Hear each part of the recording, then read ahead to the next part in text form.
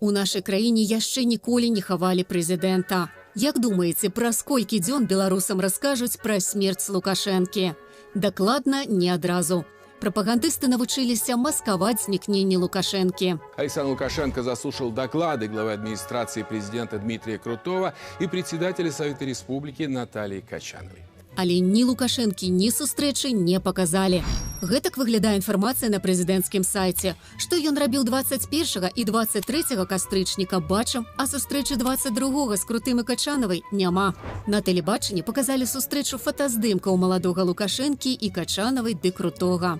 А далей цікавей, у Крутога вочки во як бегалі. Президент действительно заслушал информацию о ходе подготовки. Пакуль ён казаў, побач хадзіў мужчына ў чорным, на рэакцыю якога ўвесь час паглядаў кіраўнік лукашэнкаўскай адміністрацыі.